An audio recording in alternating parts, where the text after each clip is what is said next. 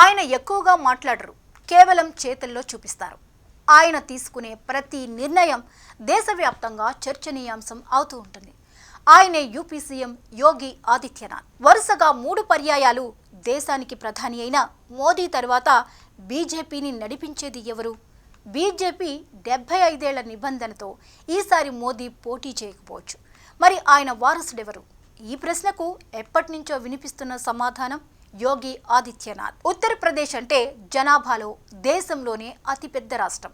ఇంత పెద్ద రాష్ట్రాన్ని పాలించడం చిన్న విషయం కాదు.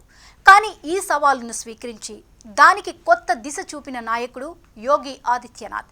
2017లో ముఖ్యమంత్రిగా బాధ్యతలు చేపట్టిన తర్వాత నుంచి ఆయన పాలనా ధోరణి, నిర్ణయాలు, విధానాలు దేశవ్యాప్తంగా చర్చనీయాంశంగా మారాయి.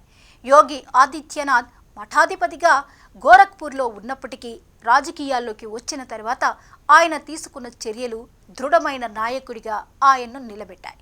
ఆయన పాలనలో zero tolerance to crime and corruption నినాదం అమల్లోకి వచ్చింది. మాఫియా, గ్యాంగ్స్టర్లపై కఠిన చర్యలు తీసుకోవడం ద్వారా ప్రజల్లో న్యాయం పట్ల నమ్మకం పెంచారు. ఉత్తరప్రదేశ్లో దశాబ్దాలుగా మాఫియా ప్రభావం ఎక్కువగా ఉండేది. కానీ యోగి ప్రభుత్వం పెద్ద ఎత్తున కట్టడి చేసింది. ప్రసిద్ధ నేరస్తులు, రాజకీయ మాఫియా నేతలపై ఎన్కౌంటర్లు, ఆస్తుల స్వాధీనం వంటి చర్యలతో నేర ప్రపంచం భయాందోళనకు గురైంది. ప్రజలు యూపీ అంటే ఇక మాఫియా కాదు, మోడల్ స్టేట్ అని చెప్పుకునే స్థాయికి చేరింది. బుల్డోజర్ విధానం అయితే దేశవ్యాప్తంగా సామాన్య ప్రజలు కూడా చర్చించుకునే పరిస్థితి. అవినీతి నిరోధంతో పాటు అభివృద్ధికి కూడా యోగి ప్రాధాన్యమిచ్చారు. ఎక్స్ప్రెస్ వే రాష్ట్రంగా యూపీని మలచడం ఆయన ప్రధాన లక్ష్యం. Purvanchal express way, Bundelkhand express way వంటి ప్రాజెక్టులు పూర్తవడంతో రవాణా సౌకర్యాలు విస్తరించాయి. పరిశ్రమలకు అనుకూల వాతావరణం కల్పించి గ్లోబల్ ఇన్వెస్టర్స్ సమ్మిట్ ద్వారా విదేశీ పెట్టుబడులను ఆకర్షించారు. యోగి ఆదిత్యనాథ్ బలమైన హిందూ సన్యాసిగా ఉన్నప్పటికీ ప్రభుత్వ కార్యక్రమాల్లో మతం కంటే అభివృద్ధి ప్రధానమని స్పష్టం చేశారు. అయోధ్యలో రామమందిరం నిర్మాణం ఆయన కాలంలో వేగం పుంజుకోవడం చారిత్రాత్మక ఘట్టంగా నిలిచింది. అలాగే కాశీ, మధుర ప్రాంతాల అభివృద్ధికి కూడా ప్రాధాన్యమిచ్చారు. మిషన్ శక్తి వంటి కార్యక్రమాల ద్వారా మహిళా భద్రతపై విప్లవాత్మక చర్యలు చేపట్టారు. పోలీసు విభాగంలో మహిళా సిబ్బందికి అధిక అవకాశాలిచ్చారు.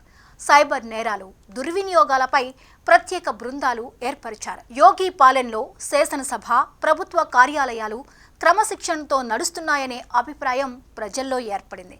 యోగి ఆదిత్యనాథ్ పాలనలో ఉత్తరప్రదేశ్ కొత్త దిశలో అడుగులు వేస్తోంది. అభివృద్ధి, భద్రత, పారదర్శకత అనే 3 స్తంభాలపై ఆయన వ్యవస్థను నిలబెట్టారు.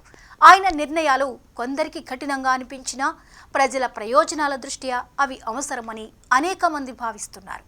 యోగి ఆదిత్యనాథ్ తీసుకున్న సంచలన నిర్ణయాలు ఆయన్ను కేవలం రాజకీయ నాయకుడిగా కాకుండా నూతన భారతదేశ పరిపాలనలో కీలక శక్తిగా నిలబెట్టాయి. ఇటువంటి నాయకుడే మోదీ వారసుడైతే దేశం అభివృద్ధి బాటలో నేరరహిత రాజ్యంగా విరాజిల్లుతుందన్న వాదన వినిపిస్తోంది.